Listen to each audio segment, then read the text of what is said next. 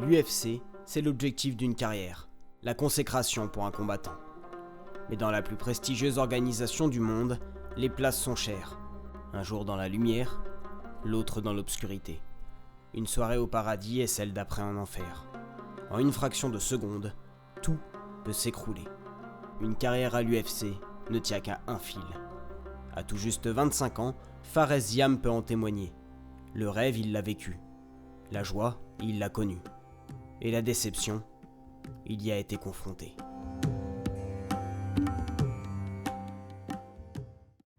Depuis son plus jeune âge, Fares Ziam pratique les sports de combat.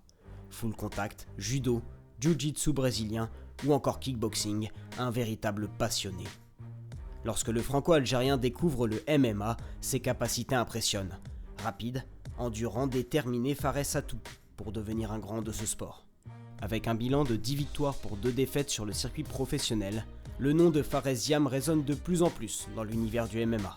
Et son talent ne passe pas inaperçu outre-Atlantique. En 2019, l'enfant prodige touche son rêve du bout des doigts.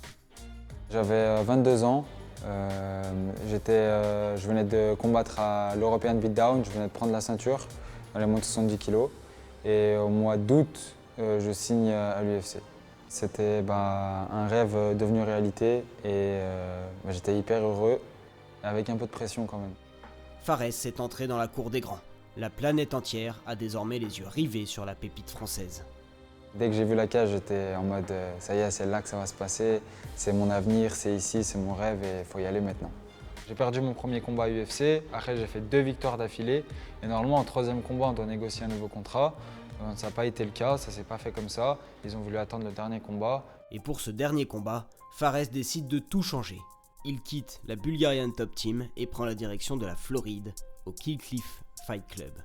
Nouveau coach, nouveau groupe et nouveau manager, en la personne du célèbre Ali Abdelaziz. Ce qui m'a amené à aller avec Dominance MMA de Ali Abdelaziz, c'est qu'en fait, il m'a contacté un jour après un combat et je lui ai dit que j'avais un manager. Il a parlé avec mon manager et puis après, au final, je me suis un peu rapproché de lui, je l'ai rencontré et je suis parti avec lui parce qu'il a une super équipe et je lui fais confiance. Il a quand même beaucoup de champions et c'est ça que j'ai aimé et je préférais être le petit gars qui va monter que l'inverse. 26 février 2022, Fares Ziam est opposé à l'étoile montante de la catégorie des lightweight, l'américain Terence McKinney. J'étais favori en plus pour le combat, je m'en rendais pas compte en fait. Moi je kiffais mon moment d'être à l'UFC, d'aller combattre à l'UFC, dans ma tête j'étais prêt, tout allait bien. Une victoire lui permettrait d'enchaîner un 3e succès de rang, mais rien ne va se passer comme prévu. Lors de ce combat, j'étais pas moi-même, j'étais pas présent. Après seulement 2 minutes de combat, Fares est au sol, dominé par McKinney. L'Américain l'étrangle, c'est terminé. Impuissant, Fares ne pourra pas se défaire de son emprise. Une défaite amère, une défaite fatale, le Smile Killer ne sourit plus, son aventure avec l'UFC s'arrête. Quand tu as 24 ans, ça fait une grosse défaite pour toi de ne pas être reconduit avec l'UFC directement. Et après, je pense que ce qui a fait ce choix-là de l'UFC, c'est que certes, j'ai gagné, mais je n'ai pas fait des belles performances de fou pour signer un contrat, quoi.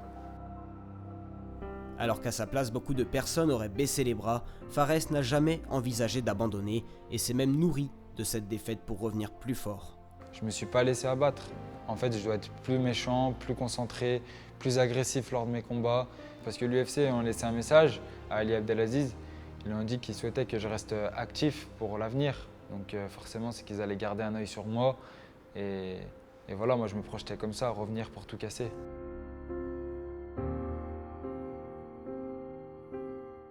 Face à lui-même, Fares Ziam continue son chemin.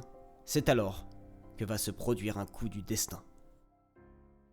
We are coming to Paris for the first time in UFC history, and I could not be more excited to bring the UFC to France on September 3rd at Accor Arena. I will see you in Paris. L'UFC débarque dans la capitale. Coup de tonnerre. L'organisation rappelle le français.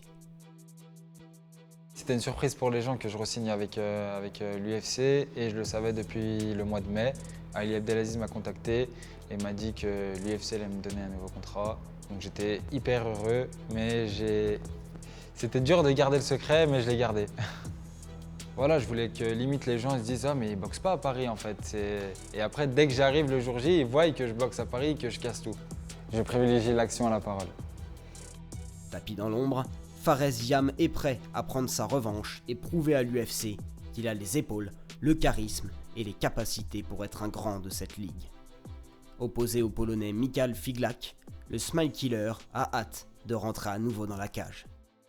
Ce que je ressens la veille de l'UFC Paris, je suis prêt, je vais être énervé, focus et surtout l'envie de briller devant le public français. Il y a des amis qui vont être là, il y a de la famille qui sera là, donc il faut réussir. C'est-à-dire il faut réussir pour moi, pour les gens qui me suivent, mais voilà, pour le public français qui mérite aussi d'avoir des victoires et des belles performances. Donc j'y crois parce que je vais être le numéro 1 et j'y arriverai.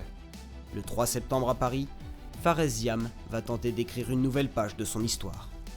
Devant son public et sur ses terres, il pourrait bien passer de l'ombre à la lumière.